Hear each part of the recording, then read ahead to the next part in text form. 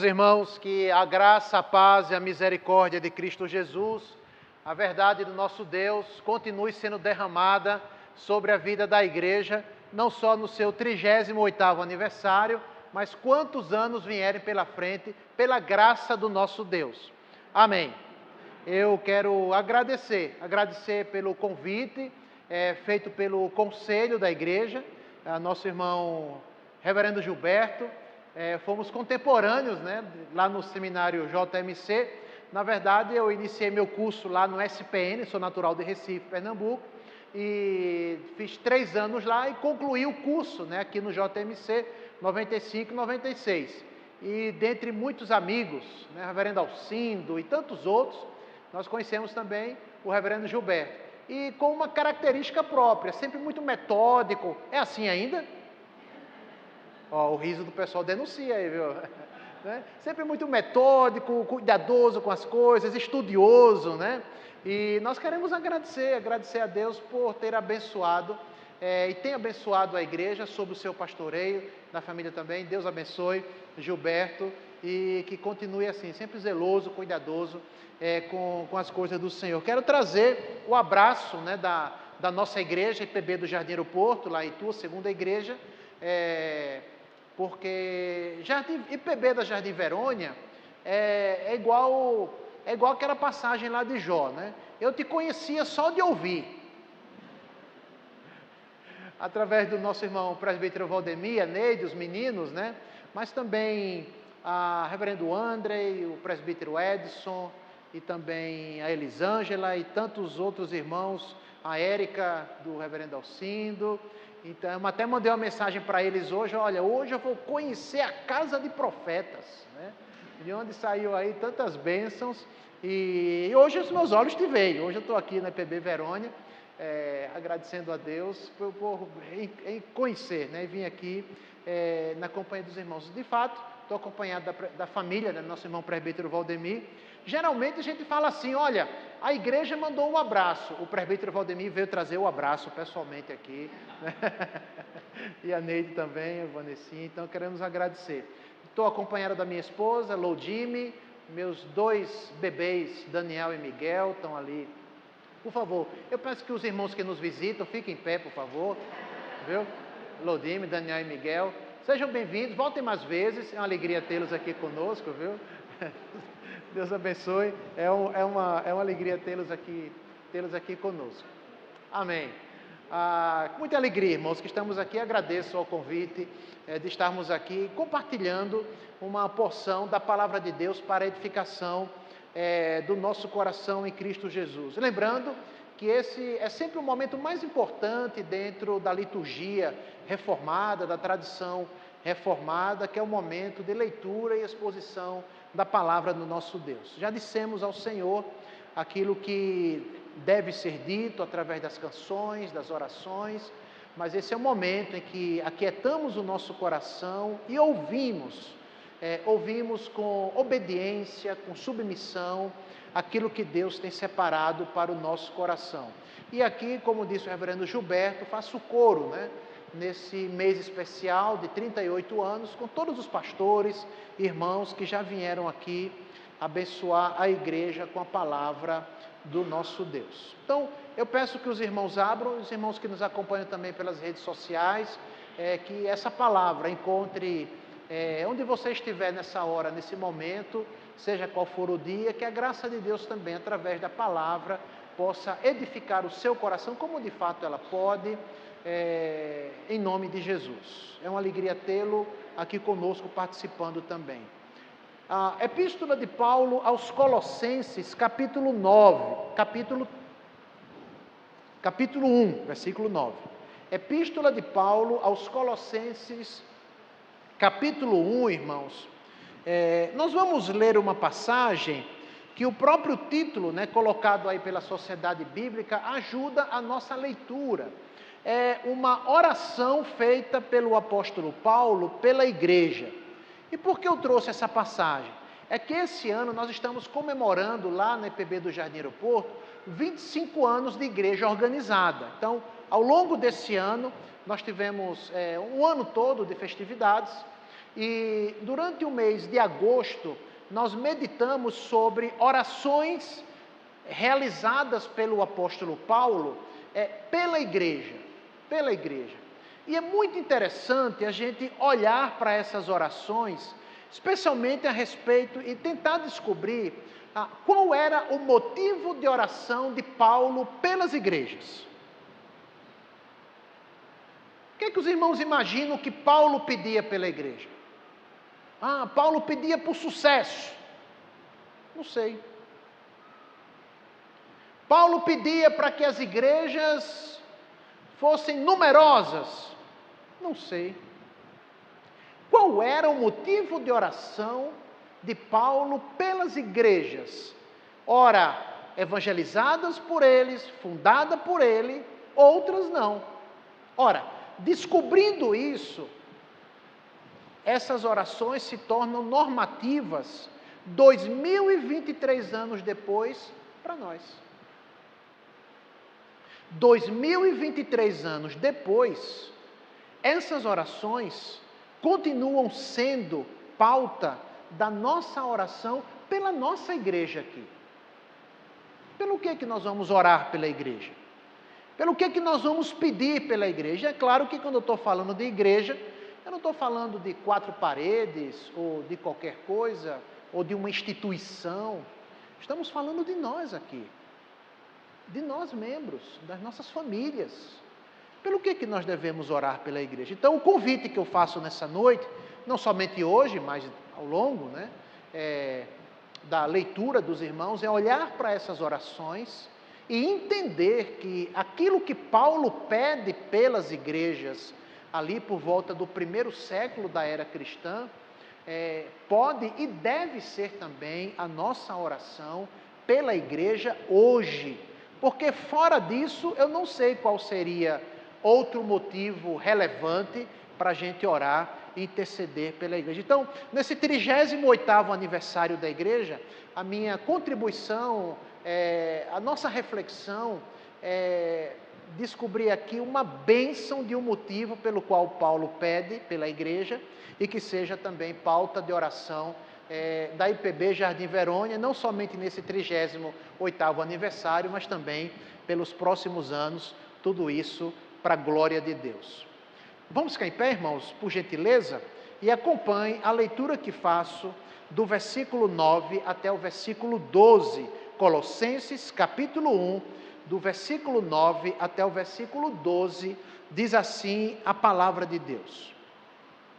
Por esta razão também nós, desde o dia em que ouvimos, não cessamos de orar por vocês e de pedir, olha só, o que é que Paulo pede? Que vocês transbordem, atenção, do pleno conhecimento da vontade de Deus.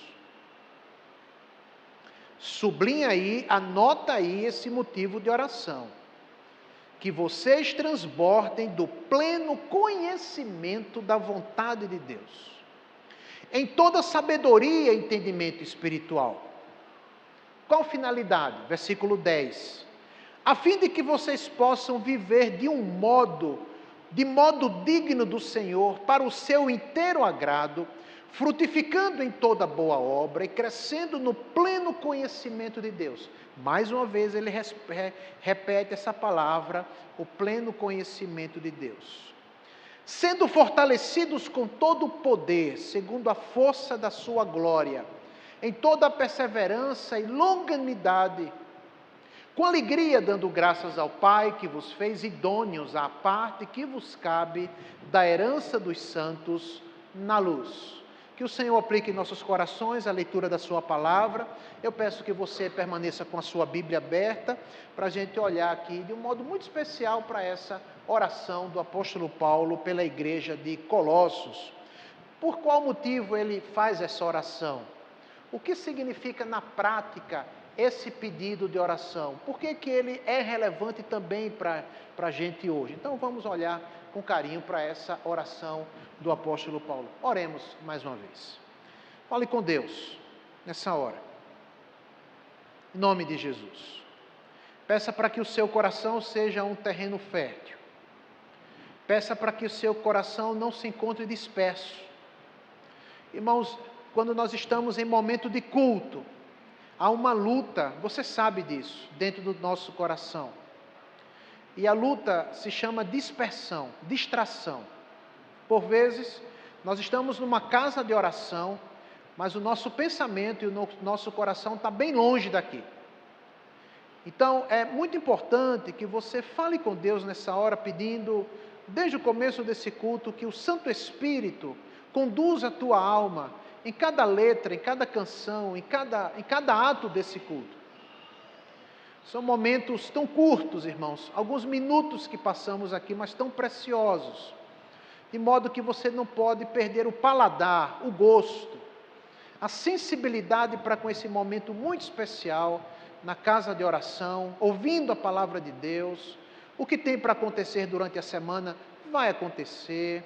Você vai ter o maná diário, a porção diária para lidar com cada situação ao longo dessa semana, de modo que este maná de hoje é o que você precisa. Então fale com Deus, pedindo que o Santo Espírito fale ao seu coração, de algum modo. Senhor, eis-me aqui em tua casa, fala ao meu coração, enche o meu coração da tua palavra. Por vezes o meu coração está seco, árido, preocupado, ansioso, inquieto, incomodado, inconformado com tantas coisas. Mas eu preciso da tua palavra. Fale com Deus. Você que nos assiste pelas redes sociais, também faça a sua oração, em nome de Jesus. Ó Pai, na tua presença te agradecemos por estar presente aqui nesse local tão confortável, tão agradável, no final de domingo, ó Deus, juntos como igreja. Ó Pai, cessamos os nossos afazeres por hora, reservado para esse momento mesmo. Aqui estamos, não porque a gente não tinha nada para fazer, pelo contrário, nós estamos aqui porque fomos trazidos pela Tua graça, pelo Teu Santo Espírito. É um mês festivo, de celebração, de gratidão a Deus por essa casa de oração. E eu te peço, ó Pai, desde já em nome de Jesus, pelo Teu servo, o reverendo Gilberto, cada presbítero, diácono, liderança da igreja, para que eles atentem para a Tua palavra, para os próximos meses, próximos anos, para a glória do Teu santo nome. O Senhor sempre conduza essa igreja à luz do Teu querer e à luz da Tua palavra. É a oração, ó Deus, que nós fazemos no nome precioso do Senhor Jesus. Amém. Amém. Os irmãos podem sentar. Irmãos, antes de entrar especificamente aqui, nessa oração do apóstolo Paulo, e essa oração nos remete a um tema, que é o tema do pleno conhecimento da vontade de Deus, e nós vamos olhar que tipo de conhecimento é esse ao qual Paulo se refere, que deve ser pauta da nossa oração pela igreja e por nós mesmos. Nós vamos lembrar algumas coisas. Eu sei que os irmãos sabem, mas não custa lembrar que os salmistas, por exemplo, eles oravam por Israel e Jerusalém. Por exemplo, o Salmo de número 122, versículos 6 e 7, diz lá: orai pela paz de Jerusalém, sejam prósperos os que te amam, reine paz dentro dos teus muros e prosperidade nos teus palácios. Portanto, os salmistas, os profetas, Daniel, tantos profetas, Isaías, eles não oravam somente por si mesmos, mas eles oravam também por Jerusalém e o templo. Jesus orou pela igreja? Sim ou não? Sim. O próprio Senhor Jesus, ele orou pela igreja. Está lá, uma das orações, João capítulo 17, versículo 20 e 21. Não rogo somente por estes, pelos discípulos, mas diz Jesus, eu também oro por aqueles que estão lá na IPB Jardim Verônia. Claro que eu estou acrescentando aqui, né? Mas eu oro também por aqueles que estão lá, 2023, seja em Itu, seja em São Paulo. Eu oro para que eles venham a crer em mim, por intermédio da Tua palavra, Senhor. A fim de que eles todos sejam um, como és Tu, ó Pai, em mim, e eu também em Ti, também sejam Ele em nós, para que o mundo creia que Tu me enviastes. Os salmistas, os profetas, oravam por Jerusalém, oravam pelo templo. O Senhor Jesus orou também pela igreja. O apóstolo Paulo também orou pela igreja. Por exemplo, várias orações de Paulo, quando você está lendo as epístolas, ele vem falando ali de uma doxologia, de alguma verdade. Me parece que ele faz uma pausa na sua instrução e ele diz assim: por esta causa me ponho de joelhos. Já percebeu na sua Bíblia? Lendo as epístolas, já percebeu lá? Que Paulo faz uma pausa no que ele vem dizendo, ele diz: olha, por esta causa me ponho de joelhos. Essas orações de Paulo estão registradas em Efésios capítulo 1, versículo 15 a 23, Efésios capítulo 2, de 14 a 21, Filipenses 1, de 3 a 10, e tantas outras. E aqui eu estou me atentando, Colossenses 1, de 9 a 12, onde nós temos uma breve oração de Paulo pela igreja. Como ponto de partida, então, eu pergunto algo que parece óbvio.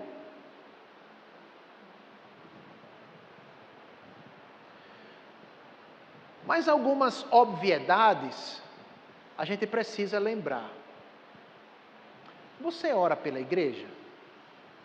Não, pastor, sim, eu oro pela igreja. Ora mesmo.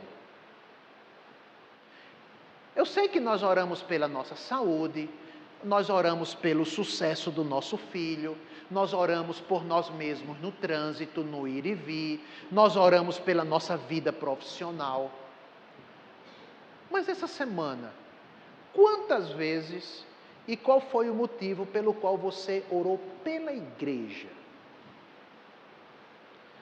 Isso é óbvio, pastor. Sabe, irmãos, às vezes não é tão óbvio. Mas eu já tenho muito motivo para eu me preocupar. E pela igreja? Repito, Jesus orou pela igreja. Os salmistas, os profetas, oraram por Jerusalém, pelo templo, por Israel. Paulo orou pela igreja. Por que vai ser diferente de nós?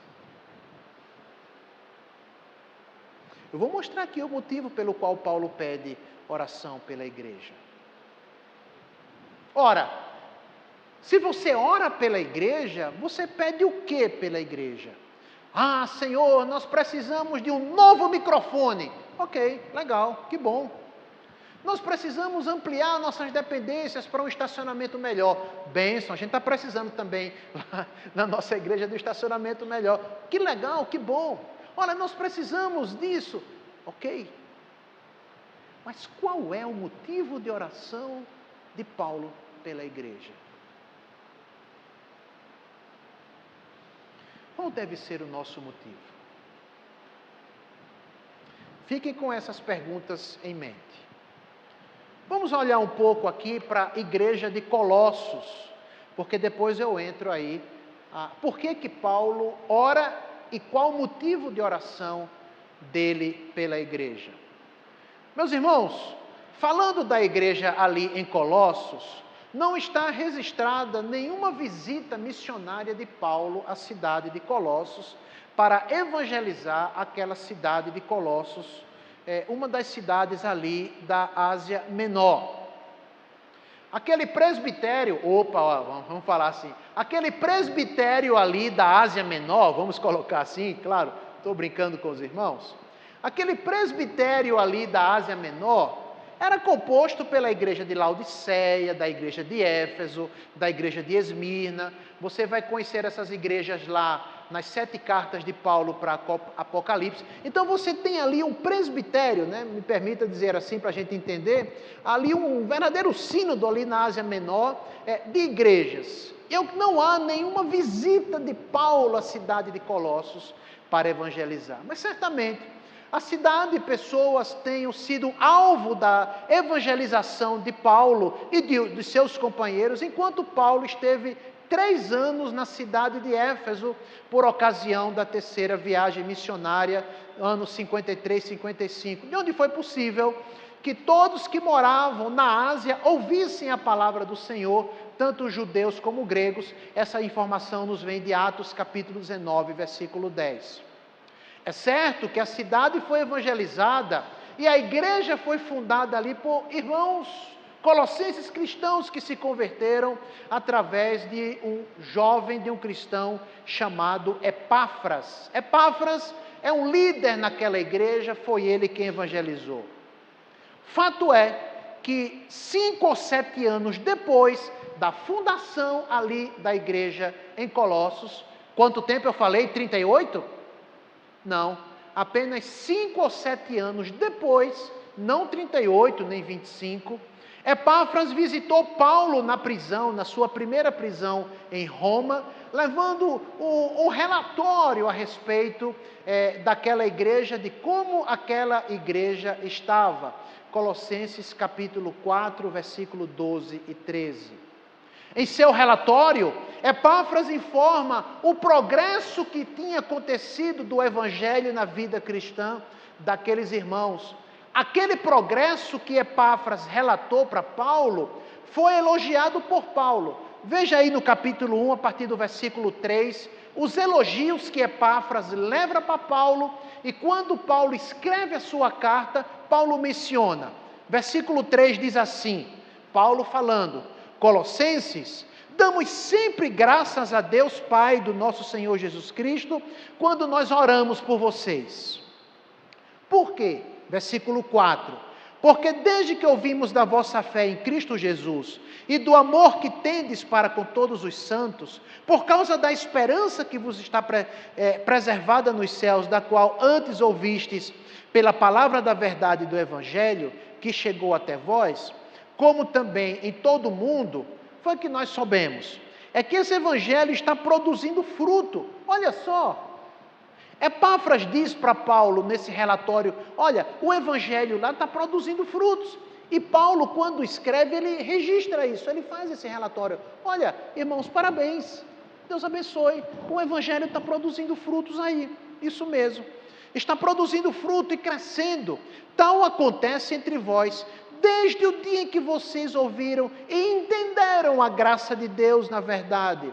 Segundo vocês foram evangelizados, versículo 7 aí, instruídos por esse irmão cristão chamado Epáfras. Então Epáfras é uma espécie de fundador da igreja ali em Colossos, nosso amado conservo e quanto a vós outros fiel ministro de Cristo, o qual também nos relatou do vosso amor no Espírito. Parabéns, igreja. Deus abençoe. Mas o fato, irmãos, é que apenas 5 ou 7 anos não era somente bênçãos. Não era somente elogios. Não era somente bem-aventurança. Uma vida de progresso. O fato, irmãos, é que 5 ou 7 anos depois, Epáfras também faz um relatório não muito favorável. Epáfras menciona algumas coisas que estavam acontecendo lá na igreja que não foram nada positivo. Ele afirma para Paulo que alguns irmãos estavam se deixando levar por falsos ensinos e ideologias vãs. Confira comigo aí no capítulo 2, por gentileza, de Colossenses, versículo 1. Isso aqui é antes de entrar no motivo da oração de Paulo, ok?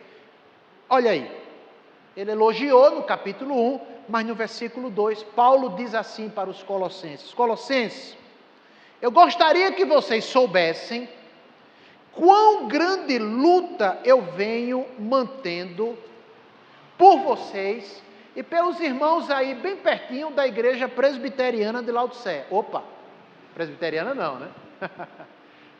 Pelos irmãos aí bem perto da igreja de vocês, que são os laodicenses.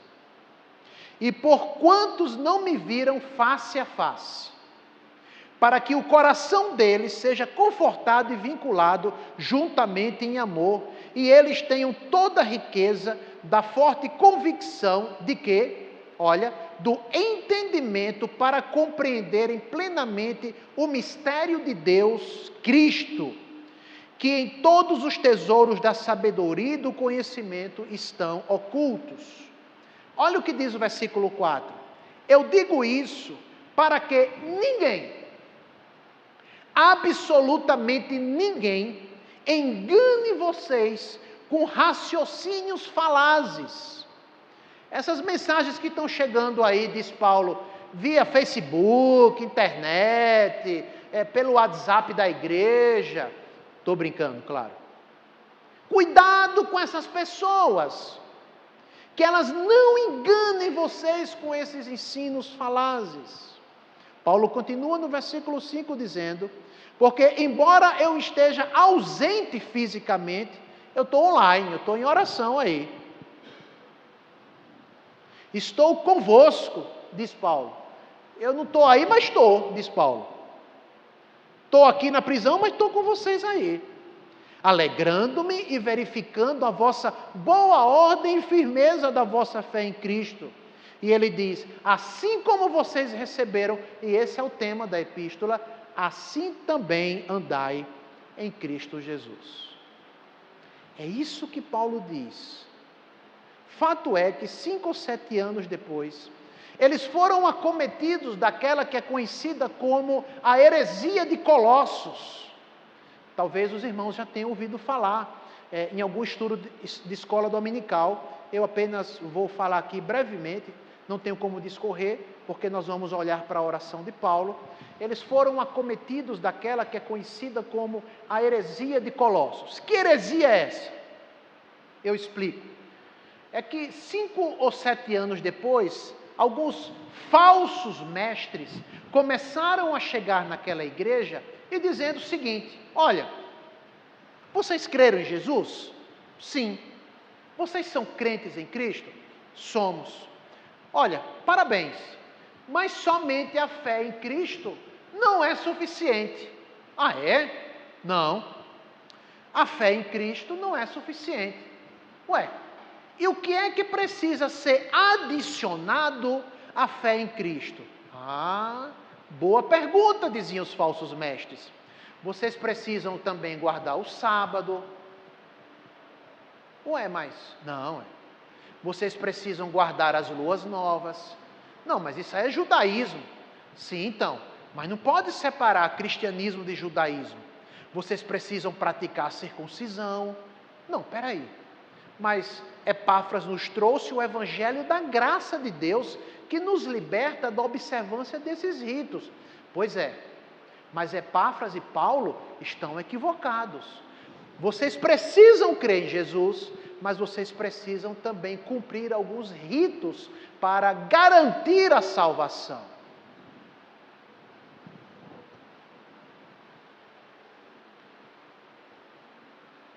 O apóstolo Paulo, quando recebe esse relatório de Epáfras, que esse falso ensino estava entrando na igreja e descaracterizando, aí fica como sugestão de leitura, irmãos, a partir do versículo 16, né, Paulo fala aí, e ele desmonta, né, ele já começa no capítulo 1, versículo 13, falando que Cristo nos libertou do império das trevas, que nós não precisamos de cumprir esse rito, que Cristo é suficiente para nós, e ele vai falando a respeito da suficiência, da singularidade de Jesus para a nossa salvação, e toda a epístola de Paulo aos Colossenses olha, assim como vocês receberam a Cristo, não se movam 1 centímetro sequer dessa confiança, assim como vocês receberam a Cristo, assim andai nele. Paulo exorta aqueles irmãos para que eles permaneçam firmes em Cristo, assim como vocês receberam, andai nele, e não deem ouvidos a esse tipo de ensino que minimiza e diminui a suficiência da obra de Cristo Jesus. Deixa eu trazer um dado aqui para os irmãos.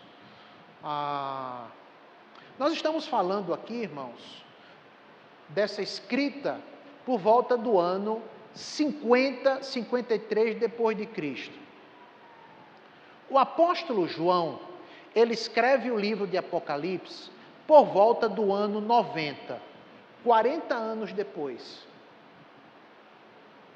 as igrejas irmãs de Colossos, ali na região da Ásia Menor, e aqui eu quero chamar a sua atenção. Apenas 40 anos depois, quando João escreve às igrejas, uma igreja era legalista, a igreja de Éfeso, a igreja de Pérgamo era progressista, abraçava tudo quanto era de costume da cultura. Estão lembrados aqui? As cartas de João, Apocalipse. A igreja de Sardes era uma igreja morta.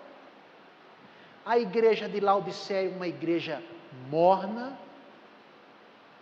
Meus queridos irmãos, nós estamos falando apenas 40 anos depois.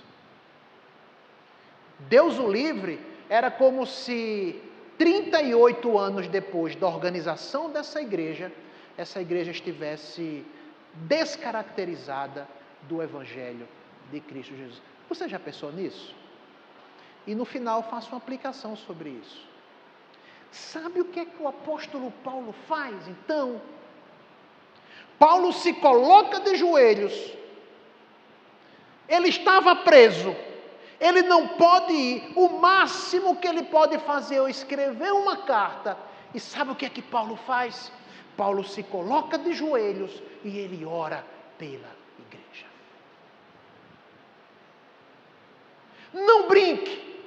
Não minimize o fato de que em pouco tempo, por conta de pessoas que se levantam, uma igreja pode se descaracterizar do verdadeiro Evangelho de Cristo Jesus. Aconteceu naquela época, não acontece hoje. Imagina, capaz.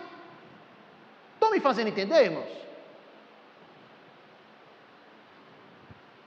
Vamos então à oração. Versículo 9.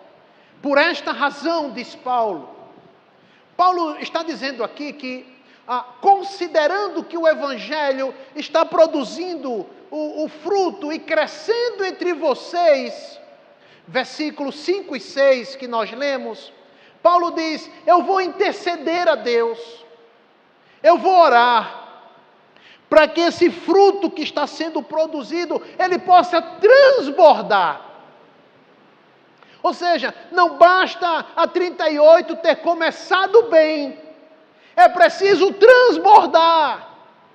Não pode ser morno, morto, legalista, progressista, é preciso transbordar. As igrejas irmãs ali de Colossos, era esse diagnóstico. Basta ler João, Apocalipse capítulo 2 e 3. O que aconteceu com aquelas igrejas em tão pouco tempo? Irmãos, para pensar. No ano 33, Jesus foi aos céus. Ali por volta do ano 36, um pouco mais, Atos nos diz que a igreja perseverava na doutrina dos apóstolos, na comunhão dos santos, nas orações e na comunhão. 40 anos depois, não era mais assim. Não brinque, em uma geração, a igreja se descaracterizou. Uma era morna, tinha fama de que era viva, mas era morta. A outra era morna. E Colossos está abraçando. O que é que Paulo faz? Paulo se coloca de joelhos, eu repito. Paulo estava preso. Paulo preso. Podia, Senhor, ninguém vem aqui me visitar. Cadê? Paulo não está cheio de autocomiseração dentro da prisão. Paulo não está cheio de autopiedade na prisão. Paulo não está lá na prisão. Senhor, eu queria uma cadeia mais confortável, com ar-condicionado, ventilador. Paulo não está pedindo por ele. Porque importa é a identidade da igreja. O que importa é que essa igreja que já dá frutos, ela possa transbordar nesses frutos. E como é que ela pode transbordar nesses frutos? É o pedido dele. Versículo 9. Qual que é? Leiam comigo aí, versículo 9. Os crentes que estão com a Bíblia aberta, vamos lá, versículo 9, leiamos. Por esta razão, também nós, desde o dia em que o ouvimos, não cessamos de orar por vós e de pedir que transbordeis do pleno conhecimento da sua vontade em toda sabedoria e entendimento espiritual. Meus irmãos, Paulo pede para que aqueles irmãos possam transbordar nesses frutos, sendo proporcionado para eles o pleno conhecimento da vontade de Deus. E aqui destrinchando esse pleno conhecimento. Conhecimento aí não é conhecimento teórico. Conhecimento aí não é 1000 versículos decorados. Conhecimento aí não é conhecimento intelectual do cristianismo. Conhecimento aí é um conhecimento prático. É um conhecimento decorrente da experiência. Esse conhecimento aí não é um conhecimento meramente informativo. Não. A vida cristã não é uma questão de opinião. É mais uma opinião. Não, não é. O conhecimento de Deus é um conhecimento prático. Mas pastor, eu só sei de um versículo. Viva nele. Eu só tenho a Jesus. Viva nele. Aí não se trata de um conhecimento teórico. Não, porque eu já li tantos livros. Eu tenho até um diploma de teologia. E daí? E daí? Tiago vai nos dizer que o demônio também conhece. Mas ele não tem conhecimento prático de Deus. Ele vai falar de um conhecimento da vontade de Deus. Que vontade é essa? Os irmãos sabem que quando se fala da vontade de Deus, você tem dois aspectos. Você tem a vontade revelada de Deus, que é as Escrituras, e você tem a vontade encoberta de Deus. É o plano de Deus, é o querer de Deus, que nós não temos conhecimento dele. Por exemplo, um exemplo prático aqui. Jesus vai voltar. Isso é vontade de Deus. Agora, quando que ele vai voltar? Alguém tem a data aí? Alguém tem a data? Nós não sabemos. Portanto, isso se chama vontade encoberta de Deus. Onde você estará daqui a 1 ano? Eu não sei. Mas quando chegar lá, você vai dizer, isso foi da vontade de Deus. Só que hoje você não sabe. Essa vontade de Deus, onde você estará daqui a 1 ano, é vontade de propósito, vontade encoberta de Deus.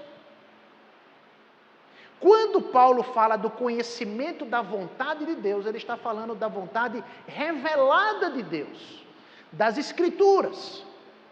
Então Paulo está dizendo, olha, eu oro para que vocês transbordem nesses frutos, a partir do pleno conhecimento da vontade de Deus, que é uma vontade experimental. Lembra, o problema era uma heresia, ok? Paulo, além de escrever a respeito da suficiência de Cristo, ele vai dizer que só tem uma forma de você lidar com as heresias e o que quer que seja. É tendo o conhecimento experimental das Escrituras, que é decorrente da fé, da obediência, da disciplina e dos exercícios espirituais. Pensa comigo, irmãos. Se de um lado o salário do pecado é a morte, ok? Qual é o lucro do pecado? Quais são os dividendos do pecado? Qual é a recompensa que um pecado traz? Romanos 6 vai dizer que é a morte. Por sua vez, há vida e frutos na obediência ao Senhor. É isso que Paulo está dizendo aqui. Eu quero que vocês cresçam, que vocês transbordem.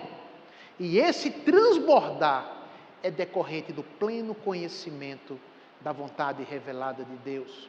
Por isso que ele fala em sabedoria espiritual, entendimento espiritual, entendimento como o contrário de insensatez, conhecimento espiritual como antônimo de carnalidade.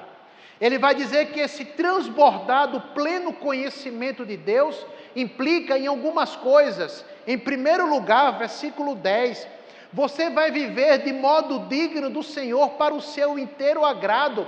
Você não vai dar mais trela para viver de acordo com a opinião dos outros.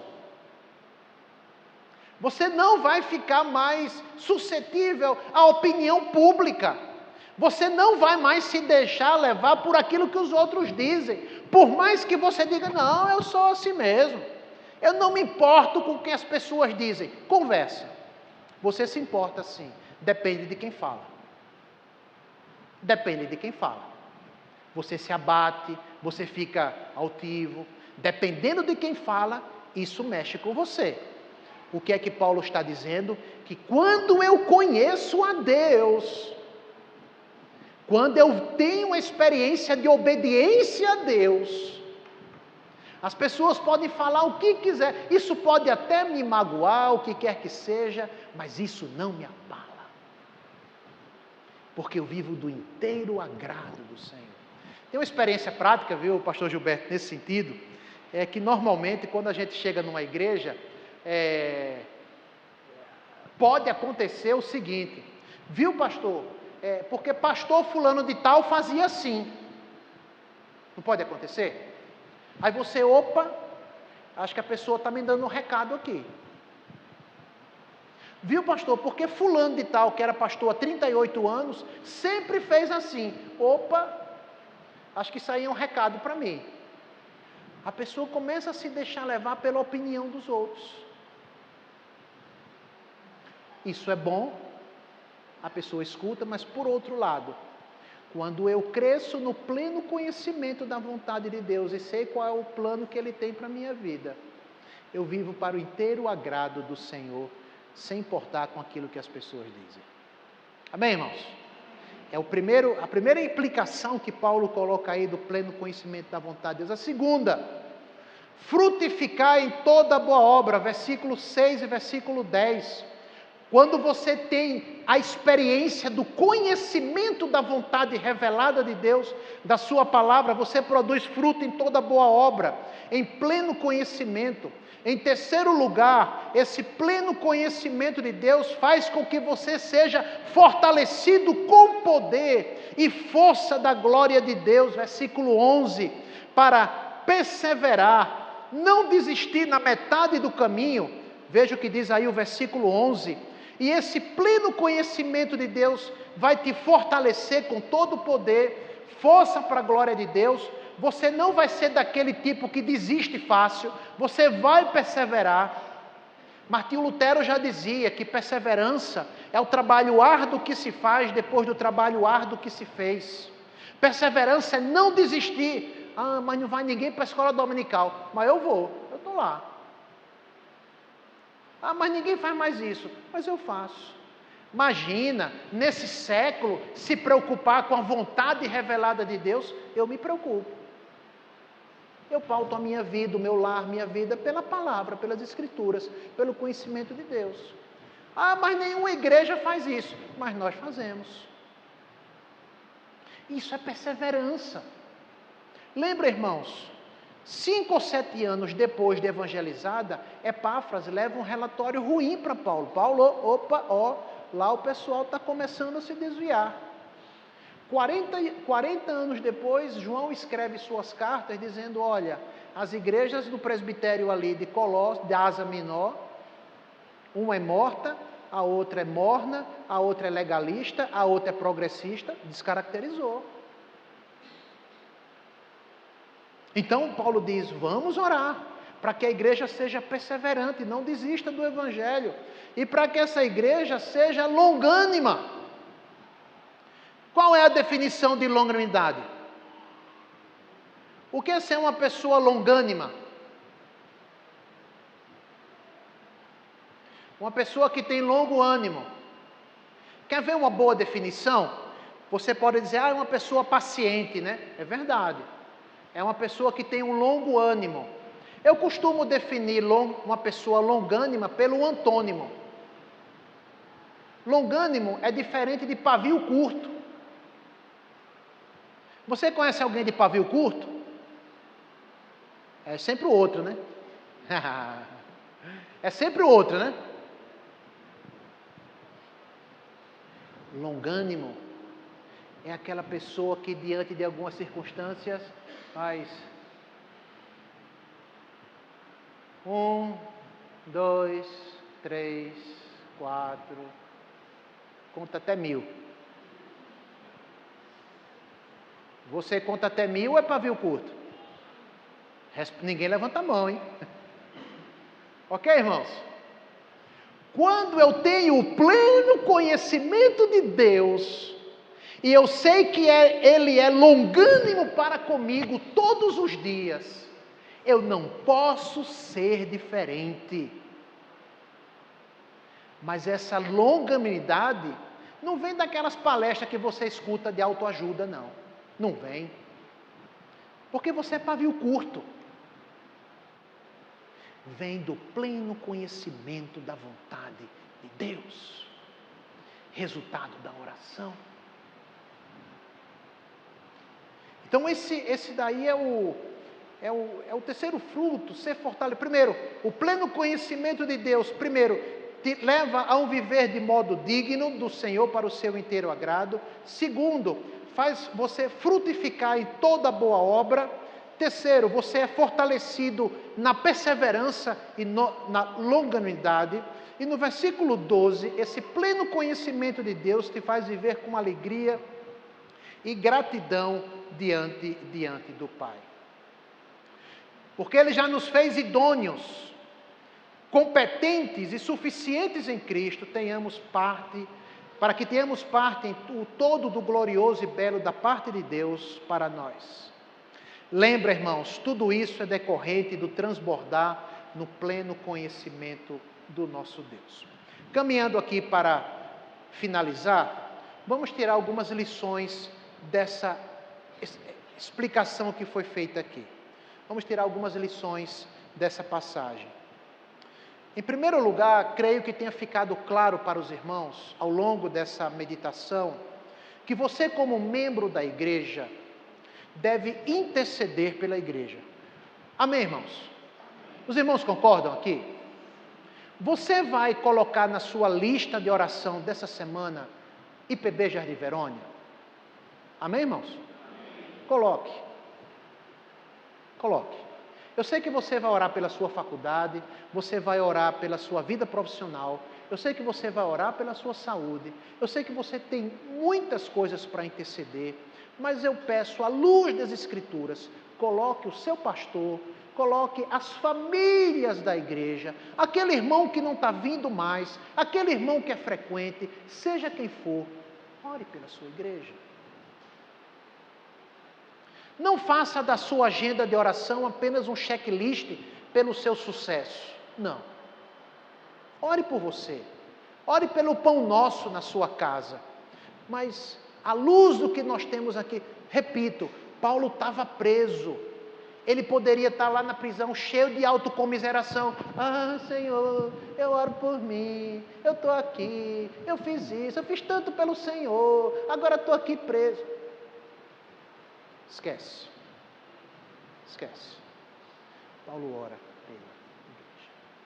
Ore pela igreja. Quando você começa a orar pela igreja, ela deixa de ser simplesmente aquele lugar que você frequenta no final de semana. Ela deixa de ser simplesmente aquele compromisso de final de semana. Ela passa a ser a tua casa de oração. Então, essa semana, quando eu estiver orando, ore pela igreja. 38 anos, como serão os próximos?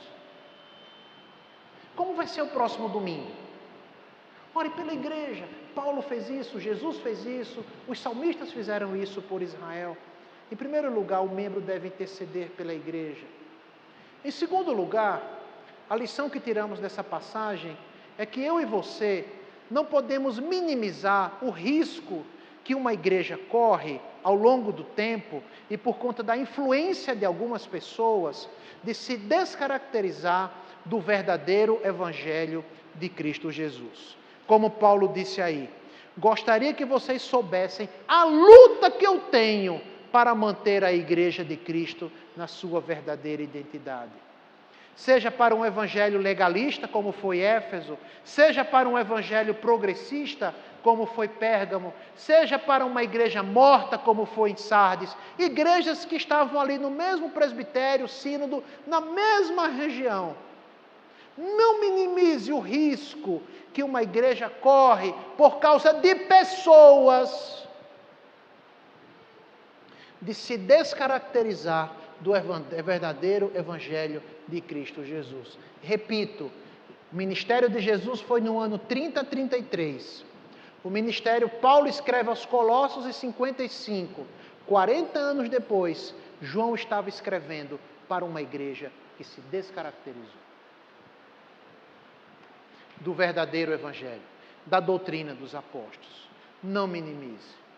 E por último, em terceiro lugar, eu quero deixar aqui o motivo de oração pelo qual nós devemos orar. Quer você enfrente essa semana um tratamento médico, quer você enfrente quer você receba uma promoção no seu trabalho, quer você esteja enfrentando lutas com o filho nas drogas, seja qual for a situação que você está enfrentando, como que você pensa em encarar essa semana?